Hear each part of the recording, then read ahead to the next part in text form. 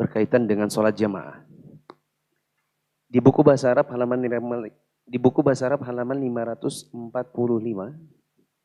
buku bahasa Indonesia halaman 601, tentang kadar minimal dikatakan sholat berjamaah, yaitu jumlah orangnya. Untuk menghemat waktu kita dengar membacakan bahasa Indonesianya. Yang lain silakan menyimak Indonesia dan Arabnya. Penulis berkata, poin G, imam dan makmum, meski dengan anak-anak, menurut pendapat yang benar, atau seorang wanita yang masih mahram pada saat berkhalwah. Ya. Dikatakan minimal dalam berjamaah itu adalah bila terdiri dari 2 orang. Atau dengan bahasa yang lain, jamaah itu baru bisa dikatakan berjamaah minimal 2 orang. Yang terdiri dari 1 imam dan 1 makmum. Meskipun makmumnya ini adalah anak kecil. Seperti seorang laki-laki dewasa sholat berdua dengan anak laki-laki kecil. Atau seorang perempuan dewasa berduaan dengan anaknya yang perempuan yang masih kecil. Adapun kalau imamnya laki-laki dan perempuannya dewasa, maka ini juga boleh kalau masih mahram. Kalau bukan mahram, maka tidak diperbolehkan. Karena berkholwat itu hukumnya haram, berdua-duaan dengan wanita yang bukan mahram, meskipun dalam sholat berjamaah. Seperti masuk dalam masjid, ya, atau ini yang paling banyak terjadi itu di musola kantor. Ada orang mau sholat sendiri, terus teman kantornya datang, teman kantornya nanya, "Mas, mau sholat kah?" "Ya Bu, sholat berdua ya." Padahal bukan mahram, maka ini tidak boleh. Lanjut. Hal tersebut didasarkan pada hadis Ibnu Abbas radhiyallahu anhu. Dia bercerita, aku pernah bermalam di tempat bibiku Maimunah. Lalu Nabi SAW bangun dan menunaikan sholat malam. Maka aku pun ikut mengerjakan sholat bersama beliau. Aku berdiri di sebelah kiri beliau, lalu beliau memegang kepalaku seraya mendirikan aku di sebelah kanan beliau. Dari Malik bin Al-Huwairith radhiyallahu anhu, bahwasanya dia pernah bercerita, ada 2 orang mendatangi Nabi SAW, sedang keduanya hendak melakukan perjalanan. Maka Nabi SAW bersabda, "Idza antuma kharajtuma fa'adzina, tsumma aqima, tsumma liyummakuma akbarukuma." jika kalian keluar bepergian, kumandangkanlah adzan, lalu kumandangkanlah iqamah, kemudian hendaklah yang tertua di antara kalian yang menjadi imam. Ya. 2 riwayat yang sudah dibaca tadi, ini jelas menunjukkan bahwa berjamaah itu minimal 2 orang. Sebagaimana yang pernah dilakukan Nabi SAW ya, di rumahnya Maimunah. Begitu juga ada 2 orang sahabat yang mau berangkat safar, maka Nabi SAW memberikan arahan tentang sholat berjamaah untuk 2 orang ini. Lanjut. Juga didasarkan pada hadis Anas radhiyallahu anhu, Nabi SAW pernah masuk menemui Anas, ibunya serta Ummu Haram, bibi Anas. Lalu Nabi SAW bersabda, berdirilah kalian karena aku akan sholat bersama kalian. Sholat itu dikerjakan di luar waktu sholat wajib. Beliau pun mengerjakan sholat bersama mereka. Beliau menempatkan Anas di sebelah kanan beliau dan menempatkan kaum wanita di belakang mereka. Ya. Ini juga petunjuk bagi kita bahwa sholat berjamaah itu boleh untuk dikerjakan antara laki-laki dengan perempuan-perempuan yang bukan mahram asalkan tidak berdua-duaan. Boleh laki-laki sholat bersama yang bukan mahram asalkan bukan berduaan. Yang terjadi di sini misalnya Nabi dengan Anas. Di belakangnya ada 2 orang perempuan. Berarti kalau misalnya ini terjadi di musola kantor, misalnya 2 orang laki-laki berjamaah, di belakangnya ada perempuan teman kantor yang notabene bukan mahram dua-duanya, maka itu boleh. Yang tidak boleh adalah kalau berdua.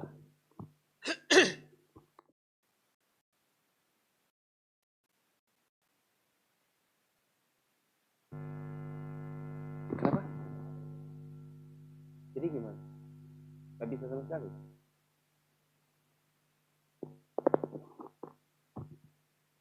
Kalau gitu taruh di tengah. Ya, kabelnya kenapa, Bin? Ke bawah. Mesin nggak ada. Hah? Biasanya ada.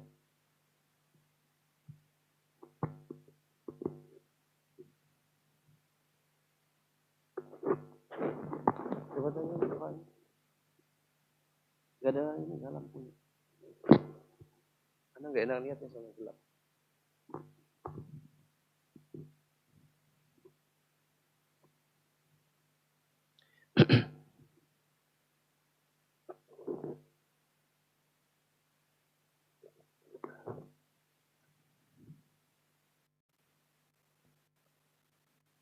Lanjut.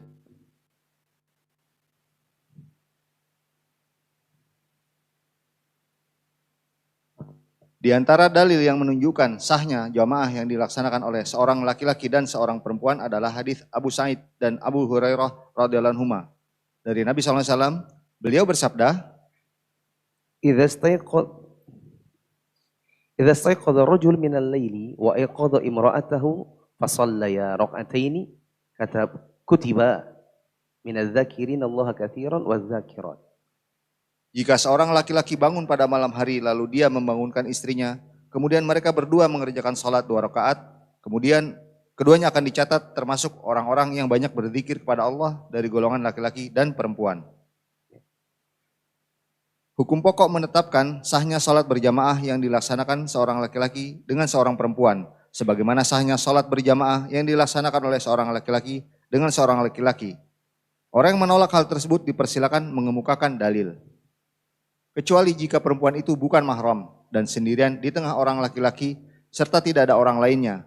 Pada saat itu diharamkan baginya mengimami wanita tersebut. Ya. Ini yang sudah saya jelaskan tadi, kalau laki-laki dan perempuan berduaan maka hukumnya haram. Bila bukan mahram. Apa dalilnya? Hal tersebut didasarkan pada hadis Ibnu Abbas radhiyallahu anhu. Rasulullah SAW bersabda, La yakhluwanna ahadukum bi imra'atin illa ma'adhi mahramin. janganlah dengan mahram. Yang benar adalah sahnya barisan dan imamah anak kecil, baik dalam salat fardu maupun salat sunnah. Hal itu didasarkan pada keumuman dalil-dalil yang ada. Di antara dalil yang paling jelas adalah hadis Amr bin Salamah radhiyallahu anhu. Ayahku pernah bercerita, aku benar-benar datang kepada kalian dari sisi Nabi SAW. Beliau bersabda, Sallu salatan kadza fi hini kadza wa sallu salata kadza wa fi hini kadza. Fa idza hadaratis salatu falyu'adzin ahadukum wal ya'ummakum aktsarukum Qur'anan. kerjakanlah salat ini pada saat begini. Kerjakanlah salat ini pada saat begini. Jika salat telah tiba, hendaklah salah seorang di antara kalian mengumandangkan adzan dan hendaklah yang paling banyak hafalan Al-Qur'annya di antara kalian mengimami kalian. Kemudian mereka memandang dan tidak ada seorang pun yang lebih banyak hafalan Al-Qur'an melebihi aku karena aku telah mempelajarinya dari para pengendara atau musafirin. Mereka pun mengajukan diriku di hadapan.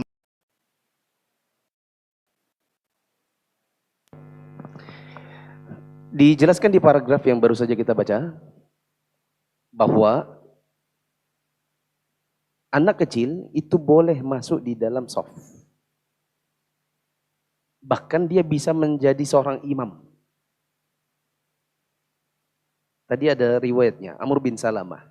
Amr bin Salamah ini, di akhir riwayat tadi disebutkan, wa ana ibnu sittin au sab'i sinin. Waktu itu saya baru berumur 6 atau 7 tahun. Apa yang terjadi? Nabi SAW memberi arahan kepada kaumnya untuk menunjuk satu orang sebagai imam.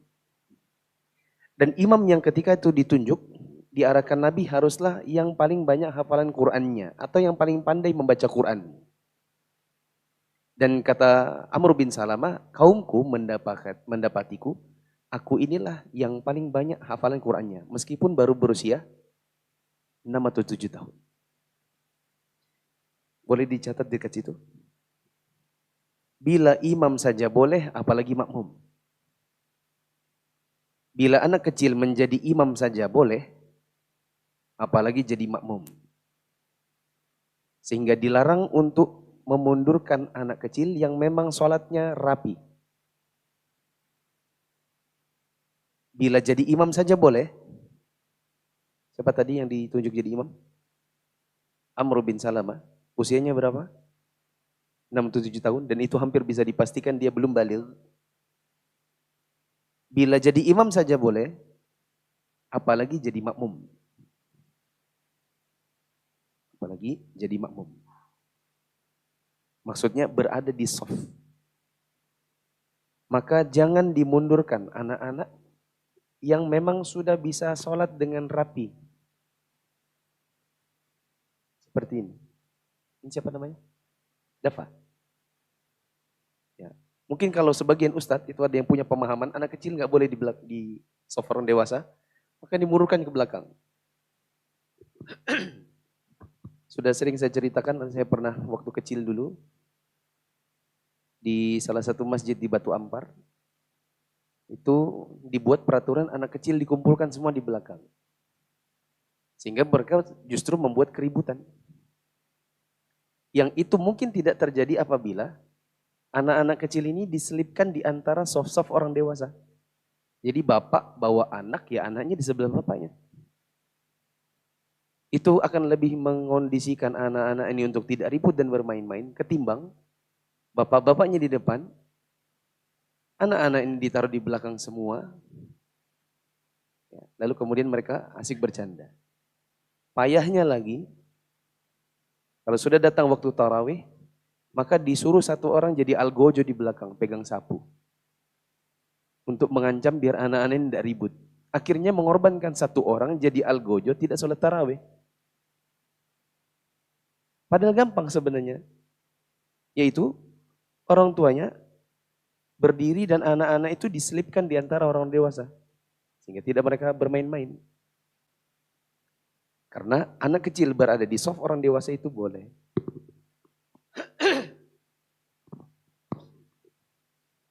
Lanjut. Al-Wazir Ibnu Hubairah rahimahullah mengatakan, mereka sepakat bahwa jumlah minimal pelaksanaan salat jamaah dalam salat fardu selain salat Jumat adalah 2, yaitu imam dan makmum yang berdiri di sebelah kanannya. Sebenarnya pembahasan ini jauh lebih rinci di jilid 2. Dan sudah berlalu penjelasannya di BDI, ini di awal-awal jilid 2. Sekarang di BDI itu sudah video ke-60 tentang tata cara membuat soft atau tentang imam, ini berada di video-video awal. Jamaah bisa dapatkan penjelasannya lebih rinci dengan menyimak video kajiannya. Ada di YouTube dan Facebook saya, Muflis Safitra Official. Jangan lupa kalau nonton, like, comment, and subscribe. Lanjut. Imam Ibnu Qudamah rahimahullah mengungkapkan, salat jamaah itu sudah sah dilaksanakan dengan 2 orang atau lebih. Kami tidak mengetahui adanya perbedaan pendapat dalam hal tersebut. Imam Ibnu Abdil Bar rahimahullah berkata, para ulama sepakat bahwa seorang perempuan salat berdiri di belakang imam laki-laki dalam shaf sendiri. Namun sunnahnya berdiri di belakang laki-laki, bukan di sebelah kanannya. Beri catatan dekat situ.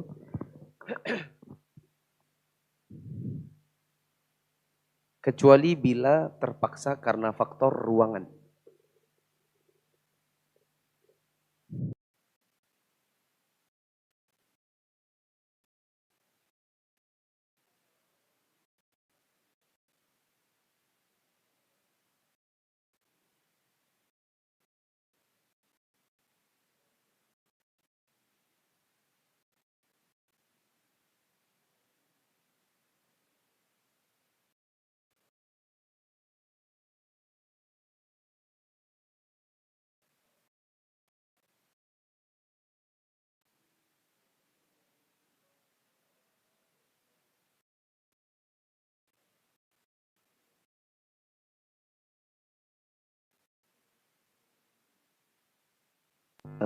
Memanjang.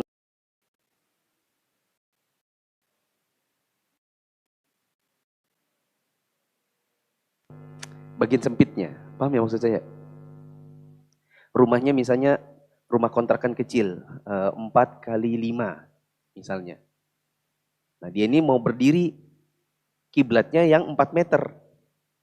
Paham ya maksudnya? 4 meter. Tapi nggak bisa berdiri jadi berdiri depan belakang nggak bisa. Karena sempitnya barang, sempitnya ruangan. Maka kalau seandainya si perempuan ditaruh di sampingnya pun nggak apa-apa. Bila memang terpaksa begitu. Lanjut.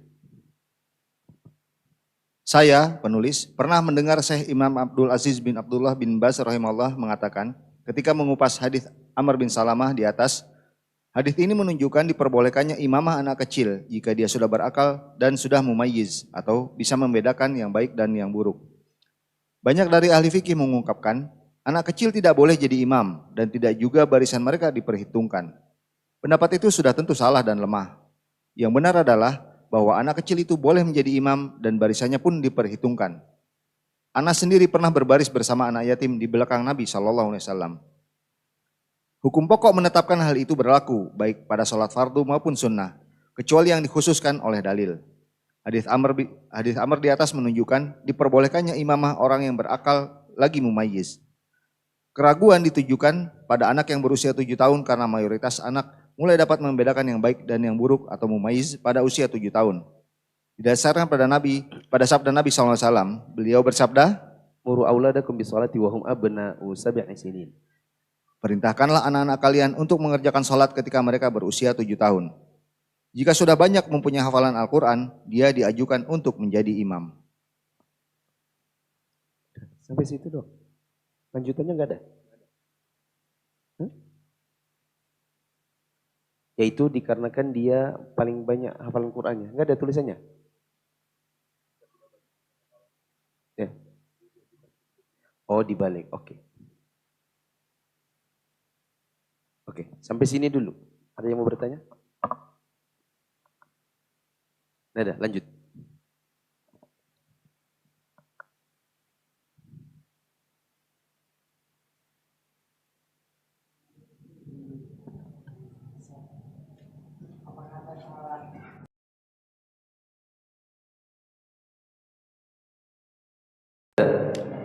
Ya, yang penting bisa rapi.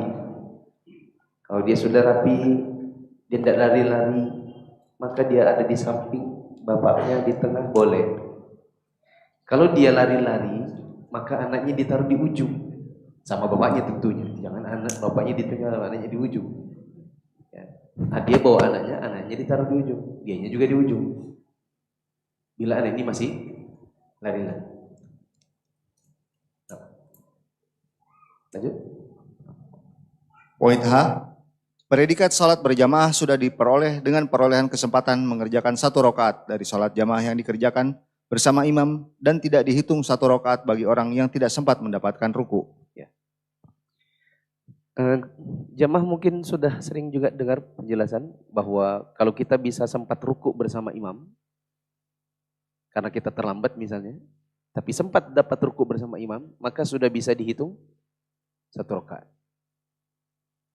Makanya kita dapati ada orang, kalau sudah masuk masjid dan dia lihat imamnya lagi ruku, maka dia segera lari-lari. Kedengar suara, kakinya berlari-lari. Kenapa begitu? Karena ngejar 1 rakaat. Meskipun ini tidak boleh. Tapi bila dia lakukan, dia sempat ruku sama imam, maka dia bisa hitung dapat 1 rakaat. Meskipun ini ada ikhtilaf ulama, tapi ini pendapat yang benar. Karena sebagian ulama ada yang berpendapat harus dapat Al-Fatihah. Pendapat yang benar yang ada dalil yang jelas tidak mesti dapat Al-Fatihah. Asalkan dapat ruku sama imam, maka dia bisa hitung 1 rakaat. Tapi tetap jangan lari-lari. Karena sudah berlalu penjelasannya. Adab ke masjid diantaranya tidak boleh lari-lari. Baik lari-lari karena mendengar iqamat maupun lari-lari gara-gara melihat imam lagi ruku. Coba dibaca. Yang demikian itu didasarkan pada hadis Abu Hurairah radhiyallahu anhu. Rasulullah SAW bersabda, Man adraka raka'atan minas salati faqad adraka shalah. Barang siapa mendapatkan 1 rakaat dari suatu salat, berarti dia telah mendapatkan salat. Jika seseorang sempat mendapatkan ruku sebelum imam meluruskan tulang punggungnya dari rukunya, berarti dia telah mendapatkan 1 rakaat. Hal itu didasarkan pada hadis Abu Bakrah radhiyallahu anhu. Afwan. Saya beri penekanan dulu. Begitu imam bangkit dari ruku, dan tidak mesti dia bilang sami Allahu liman hamidah dulu, maka Anda sudah tidak bisa hitung 1 rakaat. Karena ada sebagian imam, sami Allahu liman hamidahnya itu nunggu dekat mic. Karena mic-nya dia bukan mic kuping ini. Mic-nya dia mic standing. Jadi dia bangkit dulu, baru ketika mulutnya dekat imam, dekat mic, baru dia bilang sami Allahu liman hamidah. Tolak ukurnya bukan sami Allahu liman hamidah. Tolak ukurnya apa? Bangkitnya dia dari ruku. Berarti boleh diberi catatan dekat situ. Tolak ukurnya adalah bangkit dari ruku, bukan sami Allahu liman hamidah. Karena kadang-kadang kita datang dan kita terlambat, kita mau hitung 1 rakaat, telinga kita belum mendengar sami Allahu liman hamidah, tapi sudut mata kita lihat dia bangkit duluan sebelum kita ruku. Jemaah pengalaman enggak? Masuk, sami Allahu liman hamidah belum terdengar. Tapi sudut mata ini, itu melihat imamnya bangkit. Dan kita terlambat. Jadi posisinya begini. Kita berdiri, imamnya ruku. Begitu kita ruku, imamnya bangkit. Dan kita tahu dengan sudut mata kita, maka tidak boleh hitung 1 rakaat. Karena patokannya bukan sami Allahu liman hamidah. Patokannya apa? Bangkitnya imam dari ruku. Karena ada sebagian imam yang tidak mengucapkan sami Allahu liman hamidah kecuali nanti mulutnya dekat mic standing. Lanjut. Hal itu didasarkan pada hadis Abu Bakrah radhiyallahu anhu.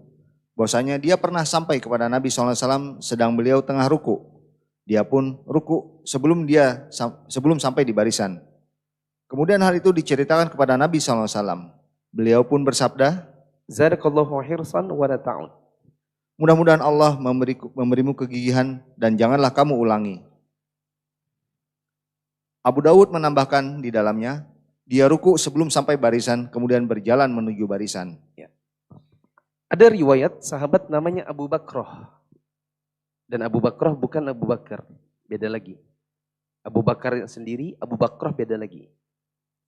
Abu Bakrah pernah melihat Nabi SAW sebagai imam masih ruku. Maka supaya dia bisa dapat 1 rakaat, belum masuk di shaf, dia sudah ruku duluan lalu jalan. Nggak usah saya perkenalkan.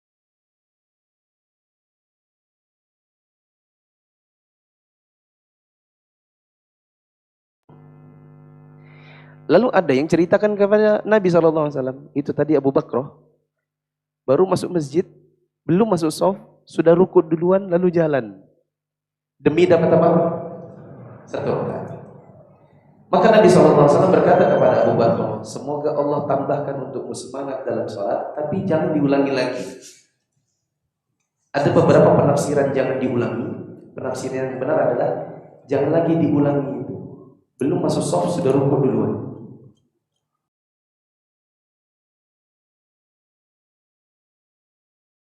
Justru Abu Bakar itu melakukan yang demikian karena dia tahu bahwa dapat rukunya imam bisa dihitung 1. Makanya dia lakukan itu. Cuma belum masuk shaf sudah ruku duluan. Itu yang disalahkan Nabi. Nabi tidak menyalahkan dia hitung rakaat dengan dapat ruku. Yang Nabi salahkan apa? Ruku duluan sebelum masuk shaf. Ada di catatan kaki. Coba dibaca. Maksudnya jangan kau ulangi.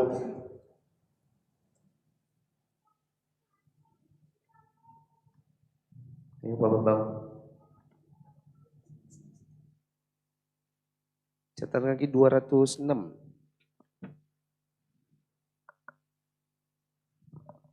Catatan kaki 206, halaman 605. Ada yang mengatakan, kalimat la ta'ud berarti la ta'id. Janganlah kamu mengulangi sholatmu lagi karena ia sudah sah. Ada juga yang mengatakan la ta'du dari kata al-adu wassa'yu. Jangan berjalan. Ada juga yang berpendapat la ta'ud dari kata al-aud yang berarti janganlah kamu ulangi perbuatanmu masuk untuk ikut ruku sebelum kamu sampai di barisan. Inilah yang lebih dekat. Ya. Cukup ya? Cukup. Ini 3 penafsiran. Wala ta'ud itu maksudnya apa? Tapi penafsiran yang lebih tepat adalah besok-besok jangan diulangi lagi kamu sudah ruku sebelum masuk shaf. Lanjut. Kembali ke atas. Di antara dalil yang menunjukkan bahwa orang yang mendapatkan ruku sebelum imam meluruskan tulang punggungnya berarti dia telah mendapatkan 1 rakaat adalah hadis Abu Hurairah radhiyallahu anhu. Dia bercerita, Rasulullah SAW bersabda, Idza ji'tum ila salati wa nahnu sujudun fasjudu wa la ta'udduha syai'an. Wa man adraka ar-raka'ata faqad adraka as-shalah. jika kalian mendatangi sholat, maksudnya masjid, sedang kami tengah sujud, sujudlah kalian dan janganlah kalian menghitungnya sebagai 1 rakaat. Barang siapa mendapatkan ruku, berarti dia telah mendapatkan 1 rakaat. Saya salah baca sedikit. Waman adraka roka'ah. Roka'ah bukan roka'ah. Siapa yang dapatkan ruku, maka dia dapat salat. Atau 1 rakaat. Dalam lafaz Ibnu Khuzaimah, Ad-Darqutni dan Al-Baihaqi disebutkan, Man adraka sulbahu. Di situ apa? Sulbahu. Yang benar sulbahu. Dikoreksi. Yang benar sulbahu. Yang benar sulbahu.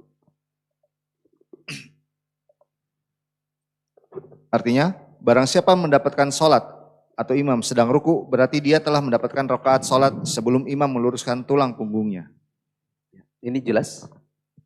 Siapa yang dapat ruku sebelum imamnya bangkit, maka dia sudah dapat rakaat.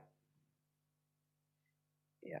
Dan ini lebih tepat karena ini lebih terdukung dengan dalil secara khusus ketimbang pendapat yang mengatakan harus dapat Al-Fatihah. Lanjut. Demikian itu pendapat mayoritas imam dari kaum salaf dan khalaf, yaitu bahwa barang siapa mendapatkan imam dalam keadaan ruku, kemudian dia bertakbir dan ikut ruku, serta menempatkan kedua tangannya di kedua lututnya sebelum imam mengangkat kepalanya, berarti dia telah mendapatkan 1 rakaat. Berarti ini juga bisa dibilang, kalau selisihan nggak boleh.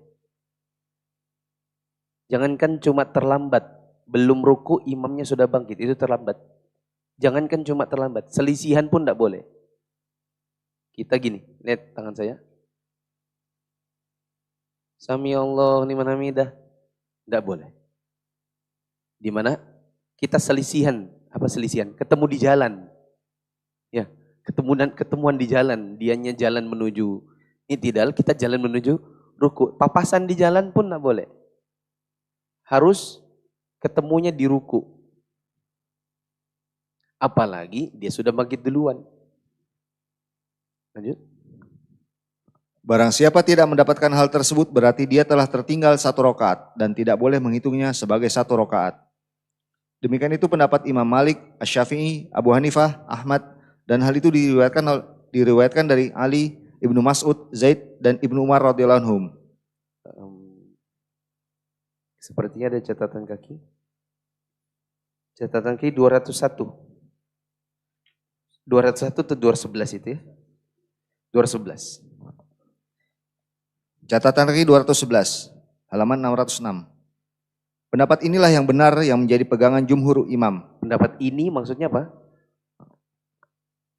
Pendapat inilah yang benar. Pendapat yang mana? Pendapat bahwa 1 rakaat itu terhitung dengan mendapati ruku sama imam. Ini yang benar. Bukan yang bilang Al-Fatihah. Lanjut. Itu pula yang menjadi kesepakatan para penganut 4 imam, sebagaimana telah dikemukakan. Ditarjih oleh Imam Ibnu Abdul Bar, Imam Nawawi, Asy-Syaukani di dalam pendapatnya yang kedua, dan Imam Ibnu Baz rahimahullah. Di situ ditarjih ya. Ditarjih. Oke, lanjut. Ditarjih maksudnya apa? Dikuatkan. Pendapat ini dikuatkan atau dinilai lebih kuat oleh Ibnu Abdul Bar, An-Nawawi, Asy-Syaukani. Begitu juga ulama kontemporer seperti Syekh bin Baz. Pendapat kedua Menyebutkan bahwa barang siapa mendapatkan imam dalam keadaan ruku, kemudian dia ikut bergabung dalam ruku, demikian itu tidak bisa dihitung 1 rakaat. Karena bacaan Al-Fatihah itu wajib sedang dia belum membacanya. Ya. Pendapat yang kedua mengatakan harus dapat apa? Al-Fatihah. Alasannya adalah karena sabda Nabi SAW, la sholata liman lam yaqra' bi Fatihatil Kitab. Tidak ada sholat bagi orang yang tidak sempat atau tidak membaca Al-Fatihah.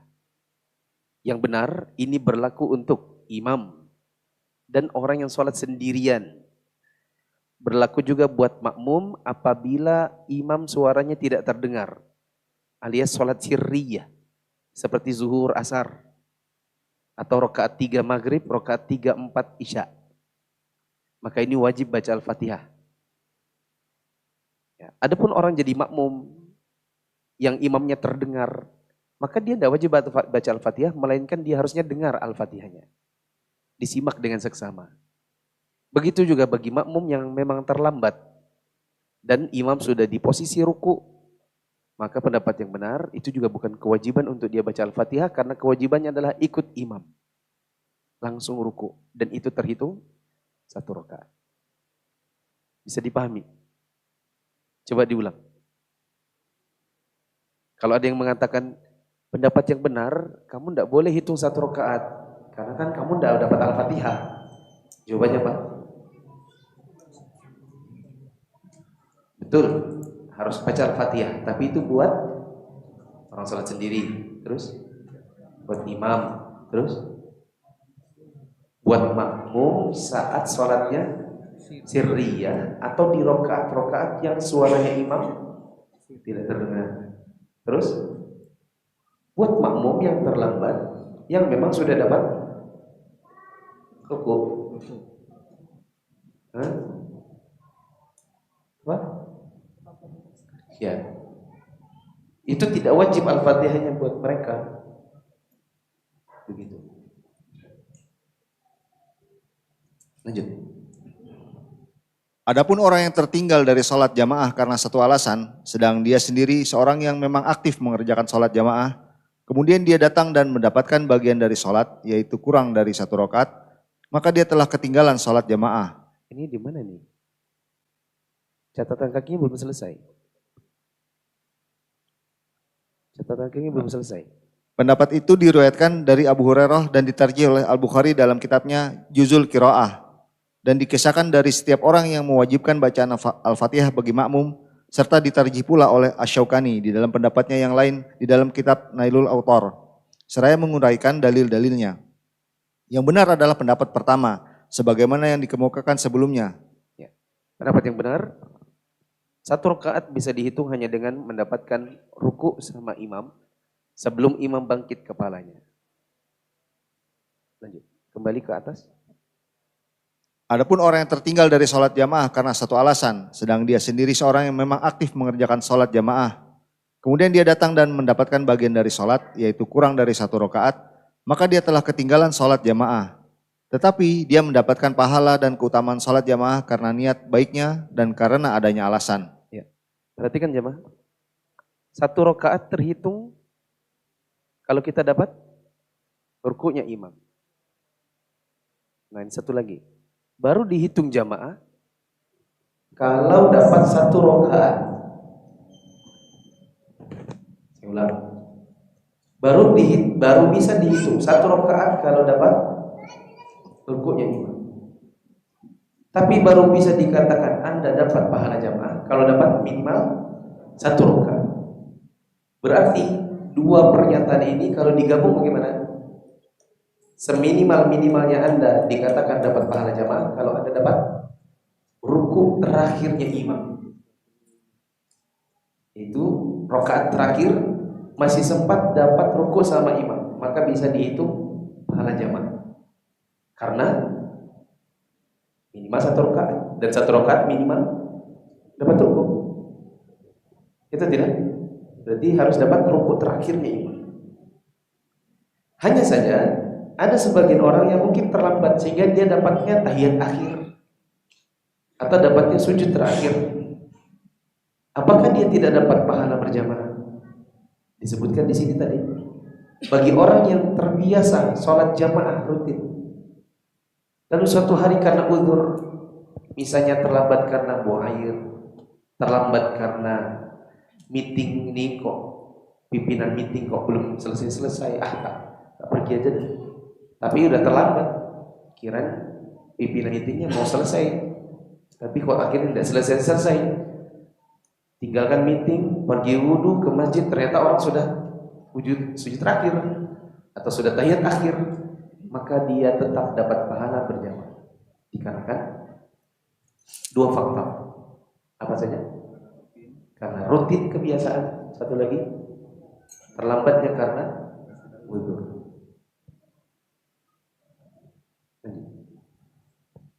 Berarti gimana? Ada orang rutin tapi nggak ada uzur hari itu terlambat, gimana? Sudah diingatkan, ayo sholat jamaah, ntar gampang sih lama. Ini udah ikomat loh. Iya bentar, masih asik ngobrolnya. Memang dia biasa sholat jamaah, cuman hari itu dapat teman ngobrol keasikan, sudah diingatkan tapi dia tetap terlambat, maka dia tidak dapat pahala jamaah. Meskipun ini ada ikhtilaf.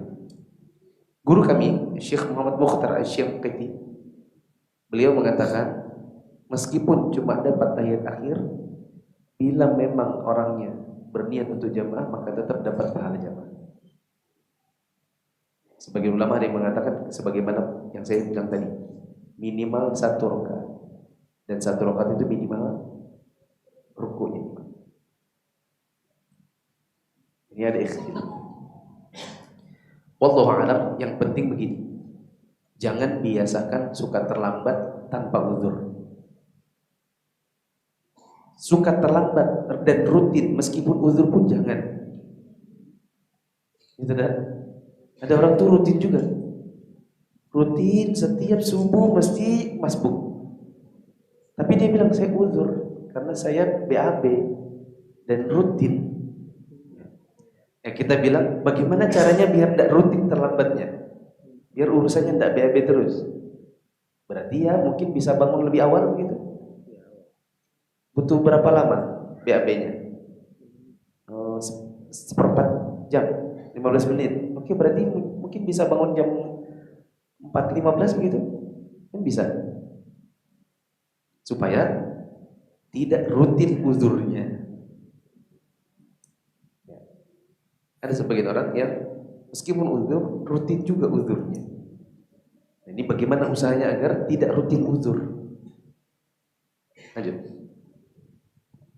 Hal tersebut didasarkan pada hadis Abu Hurairah radhiyallahu anhu. Dia bercerita, Nabi SAW bersabda, Man tawaddu'a fa ahsana wudu'a thumma raha fa wajada an-nasa qad sallu a'tahu Allahu 'azza wa jalla mithla ajri man sallaha wa hadaraha. La yanqusu dzalika min ajrihim syai'an. Di situ ujurihim atau ajrihim? La yanqusu dzalika min ajrihim syai'an. barang siapa berwudu dan mengerjakannya dengan sebaik-baiknya, kemudian berangkat ke masjid untuk menunaikan salat, tetapi dia mendapatkan orang-orang telah mengerjakan salat, Allah yang Maha Perkasa lagi Maha Mulia akan memberinya pahala seperti pahala orang yang ikut mengerjakan salat dengan jamaah tanpa mengurangi pahala mereka sedikit pun. Ya, ini dalil umum yang menunjukkan semata-mata sudah niat jamaah kemudian keluar ternyata tertinggal, maka sholatnya tetap terhitung pahala jamaah. Hanya saja ada pendapat yang lain yang mengatakan minimal satu rakaat. Dan satu rakaat itu minimal dapat rukunya imam. Lanjut. Juga didasarkan pada hadis Abu Musa radhiyallahu anhu, dia bercerita, Rasulullah SAW bersabda, Idza maridul 'abdu aw safara kutiba lahum mithlu ma kana ya'malu muqiman sahiha. jika seorang hamba sakit atau melakukan perjalanan, ditetapkan baginya pahala seperti apa yang biasa dikerjakan saat dia bermukim dan dalam keadaan sehat. Ini hadis tentang orang yang memang ada uzur, maka kalau ada rutinitas ibadah kemudian terhalang karena uzur, maka dia tetap terhitung seperti sebagaimana biasa. Lanjut. Serta didasarkan pada hadis Anas bin Malik radhiyallahu anhu dari Nabi SAW, beliau bersabda pada saat perang Tabuk, Inna aqwaman bil madinati khalfana ma salakna syi'ban wala wadiyan illa wa hum ma'ana fihi habasahum al-udhr. sesungguhnya ada beberapa orang di Madinah yang kami tinggalkan. Kami tidak menyeberangi perbukitan dan tidak juga lembah, melainkan mereka bersama kami. Tetapi mereka tertahan oleh suatu alasan. Kami itu diganti kita. Karena Nabi ngomongnya sama para sahabat. Jadi bukan kami, tapi kita. Ada orang, sekelompok orang di Madinah, kita tinggalin mereka. Mereka tidak ikut bersama kita dalam perang ini. Tapi meskipun mereka tidak ikut, tidaklah kita menuruni lembah, menaiki apa kok? Menuruni apa tadi? Saya bilang? Tidaklah kita mendaki bukit menuruni lembah, melainkan mereka itu pahalanya sama seperti kita. Meskipun orang yang nggak hadir di sini. Kenapa begitu? Karena mereka sudah niat mau ikut perang, tapi tidak jadi karena terhalang. Terhalang? Halo? Terhalang? Uzur. Ada di hadis itu tadi. Lanjut. Dalam sebuah lafaz disebutkan, Rasulullah SAW pulang dari perang Tabuk. Setelah mendekati Madinah, beliau bersabda, sesungguhnya di Madinah terdapat beberapa orang yang tidaklah kalian berjalan sebentar dan tidaklah kalian menyeberangi lembah, melainkan mereka bersama kalian. Bersama kalian dalam apa? Pahalanya. Ada orang tidak ikut perang. Tapi meskipun tidak ikut perang, kalian dan mereka pahalanya sama. Kok bisa begitu? Apa jawabannya jemaah?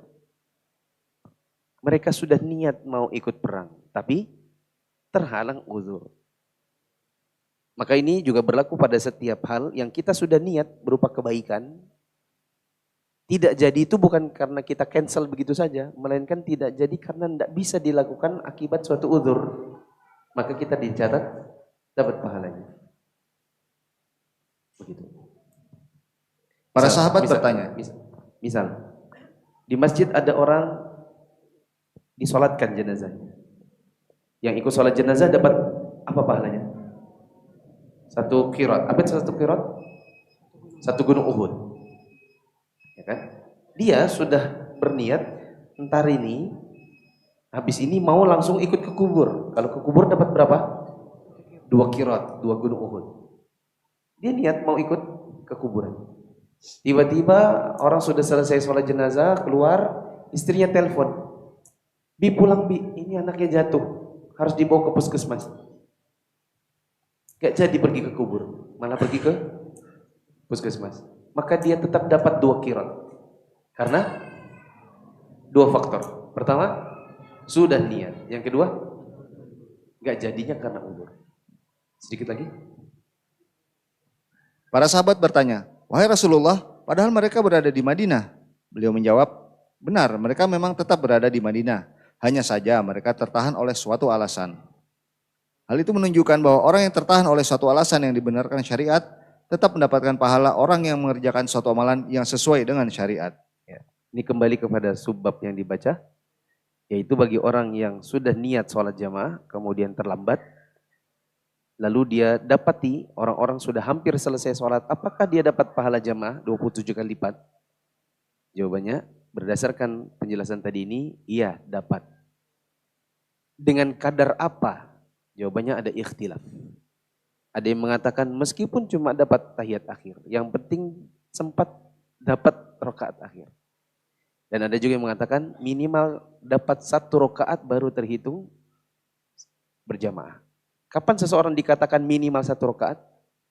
Kembali kepada pembahasan yang awal, 1 rakaat itu baru terhitung kalau sempat dapat rukuknya imam. Berarti supaya dapat 1 rakaat paling akhir, minimal dapat rukuk terakhir imam. Ada ikhtilaf ulama. Wallahu alam, yang jelas kalau kita dapati cuman tinggal tahiyat akhir, maka kalau mau duduk, ikutlah duduk. Semoga dapat pahalanya. Ikut duduk maksudnya duduk tahiyat akhir ya. Takbir tahiyat akhir. Bukan duduk-duduk aja. Azan dulu.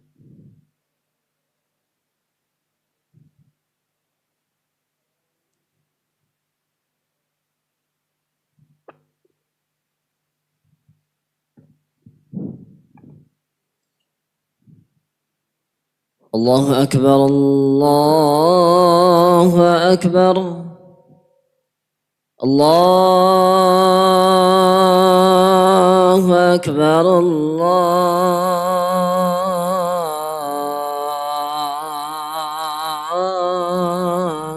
الله أكبر أشهد أن لا إله إلا الله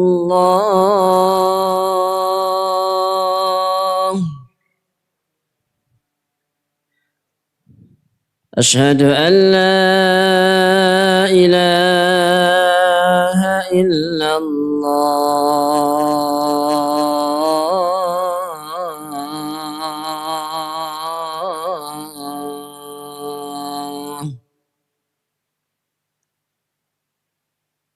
أشهد أن محمدا رسول الله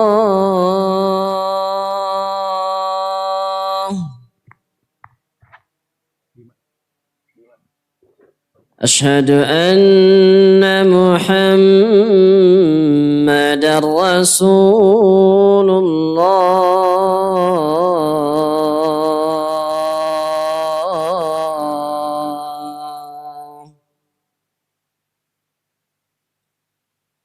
حي على الصلاة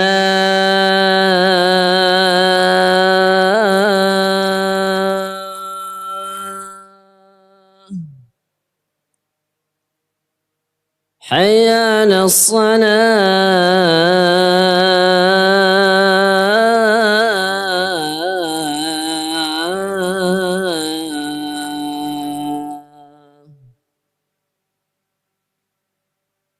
حي على الفلاح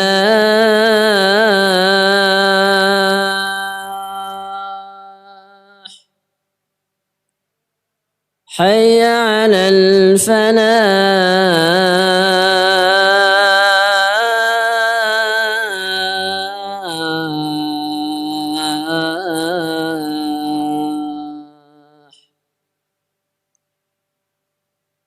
الله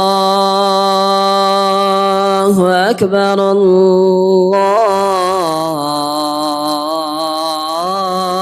الله أكبر لا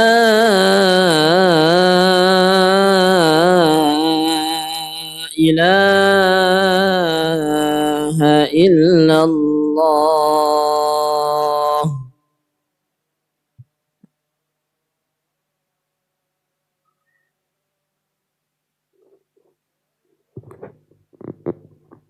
2 menit, ada yang mau bertanya?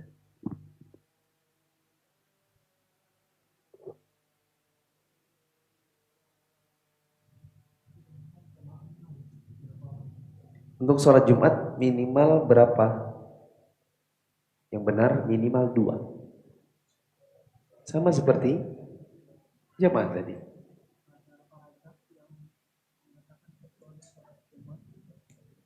Untuk sholat Jumat sebagian ulama ada yang bilang minimal 40. Tapi itu tidak ada dalilnya. Yang benar sholat Jumat itu minimalnya seperti orang berjamaah. Pembahasan pertama tadi kita bilang berapa minimalnya berjamaah? 2. Maka Jumatan bisa 2 orang. Di mana itu? Entah di mana.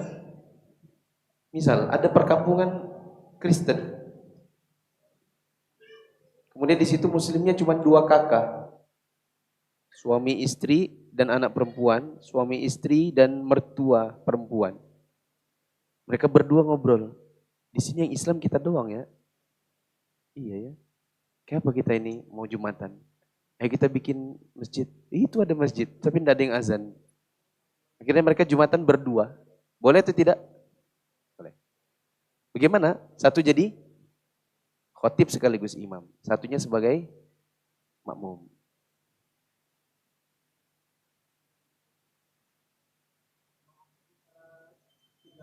Pokoknya 240. Jadi setelah selesai sholat Jumat, mereka menunaikan sholat Jumat lagi.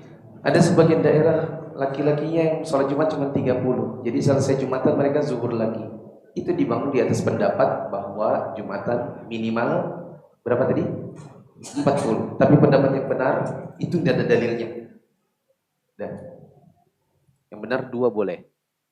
Maka kalau misalnya di lokasi, ada lokasi tambang, di situ cuma ada 15 orang mau Jumatan, boleh atau tidak? Boleh. Dan tidak usah sholat zuhur lagi. Yang benar itu sudah sah. Ada pertanyaan? Subhanakallahumma wa bihamdika asyhadu an la ilaha illa anta astaghfiruka wa atubu ilaik. Wassalamualaikum warahmatullahi wabarakatuh.